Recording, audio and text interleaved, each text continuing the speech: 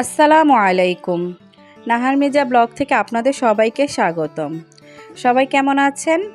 আশা করছি আল্লাহর অশেষ রহমতে ভালো আছেন, সুস্থ আছেন। আলহামদুলিল্লাহ, আমরাও ভালো আছি। আরও একটি নতুন ভিডিও দেখার জন্য আপনাদের সবাইকে আমন্ত্রণ জানাচ্ছি। আশা করছি আমার আজকের ভিডিওটি আপনাদের খুব ভালো লাগবে। এই তো এখন আমার পাখির ঘরে সব কাজ হয়ে গেছে। তো আমি এখন রান্নাঘরে আসছি। আজকে বউয়া রান্না করব, আর হলো কিছু 4-5 পদের ভর্তা রান্না বানাবো, সেটাই আপনাদের সাথে শেয়ার করব। আর এখন আমি সকালে এই কিচেনটা ভালো করে গুছিয়ে নিয়েছি, পরিষ্কার করে সুন্দর করে গুছিয়ে নিয়েছি। এখন রান্না বসাবো। আর এখন যেহেতু বিকাল, আর রমজান মাস, আর প্রতিদিন তো ইফতার ভালো লাগে না, তাই আজকে ভাবতেছি যে বউয়া রান্না করব আর 4-5 পদের ভর্তা করব।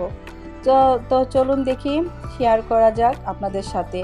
এই তো এখানে কিছু পেঁয়াজ আর রসুন ভালো করে ভেজে নিচ্ছি, আর এখানে চিংড়ি মাছগুলো ভেজে নিচ্ছি। আর এই তো এখানে হলো চেবা শুটকিগুলি ভালো করে ভেজে নিয়েছি। আর এই তো এখানে এই খুদের যেই চালের যেই বউয়াটা, সেটা রাইস কুকারে বসিয়ে দিয়েছে। আর এখানে বেগুন পুড়িয়ে নিচ্ছি। আপনারা যারা এখনও আমার ভিডিওটা দেখছেন, প্লিজ আমার ভিডিওতে একটি লাইক করে দিবেন। আপনাদের একটা লাইক আমার ভিডিওকে অনেকের কাছে পৌঁছে দিতে সাহায্য করে।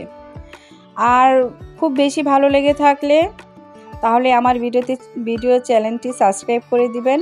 সাবস্ক্রাইব করে পাশে থাকা অল বাটন অপশনটি প্রেস করে দিবেন, যাতে করে আমি কোনো ভিডিও ছাড়লে সাথে সাথে আপনার কাছে নোটিফিকেশনটি চলে যায়। আর যারা অলরেডি করে দিয়েছেন, আপনাদের সবাইকে অসংখ্য ধন্যবাদ। আর এই তো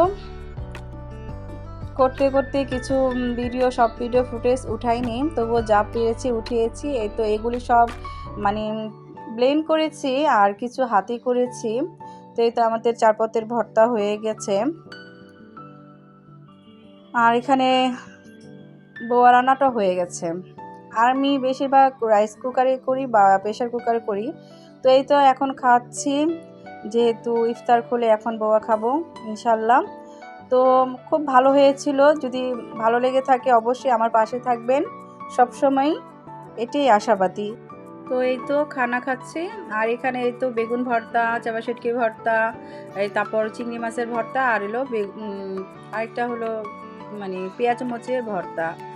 তো এই তো খাবার খাচ্ছি। তো যে যেখানে আছেন ভালো থাকবেন, সুস্থ থাকবেন। আল্লাহ হাফেজ। আসসালামু আলাইকুম।